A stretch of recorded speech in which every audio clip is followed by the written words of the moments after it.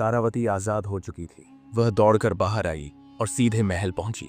वहां उसने देखा राजकुमारी जमीन पर गिरकर अपने रूप को छिपाने की कोशिश कर रही थी।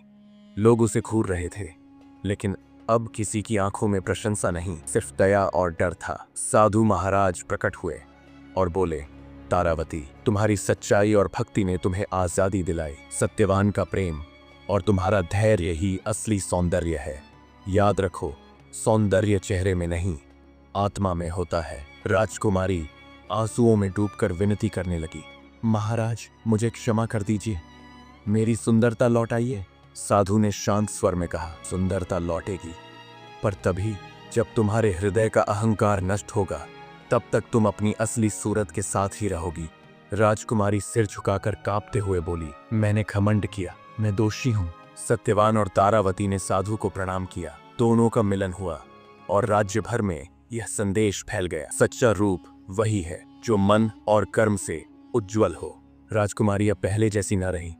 उसके चेहरे पर झुर्रियां और निस्तेजपन देखकर लोग उससे डरने लगे। सैनिक, सेविकाएं, यहाँ तक कि प्रजा भी अब उसके सामने सिर झुकाकर नहीं खड़ी होती थी। कुछ समय तक वह अकेली और उदास रही, लेकिन फिर उसके दिल में साधु महाराज के शब्द गूंजने लगे, सुंदरता लौटेगी, पर तभी जब तुम्हारे हृदय का अहंकार नष्ट होगा। राजकुमारी ने सोचना शुरू किया, क्या सचमुच मेरी सुंदरता ही मेरी असली पहचान थी, या मैं अपने कर्मों से भी सुंदर बन सकती हूँ? धीरे धीरे उसने खुद को बदलना शुरू किया।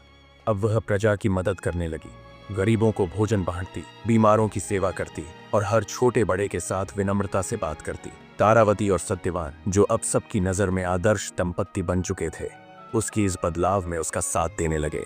राजकुमारी उनके पास बैठकर सीखती कि धैर्य, प्रेम और सच्चाई क्या होती है। दिन बीतते गए। एक सुबह जब राजकुमारी मंदिर में फूल चढ़ा रही थी, अचानक उसने तालाब में अपना प्रतिबिंब देखा। वह चौंक गई।